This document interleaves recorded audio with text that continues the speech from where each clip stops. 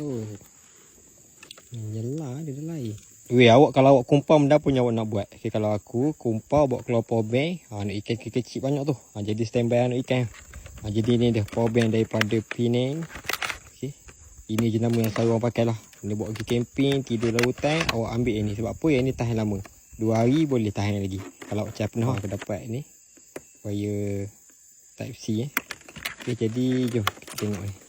Kalau korang ambil yang ni, dia ada wire iPhone. Lepas tu dia ada wire ni.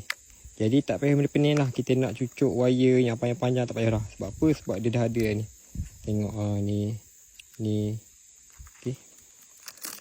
Memang lawa. Okay, 10,000 mah 22.5 watt punya. Cantik gila power bank ni. Okay, seller ni bagi 91%.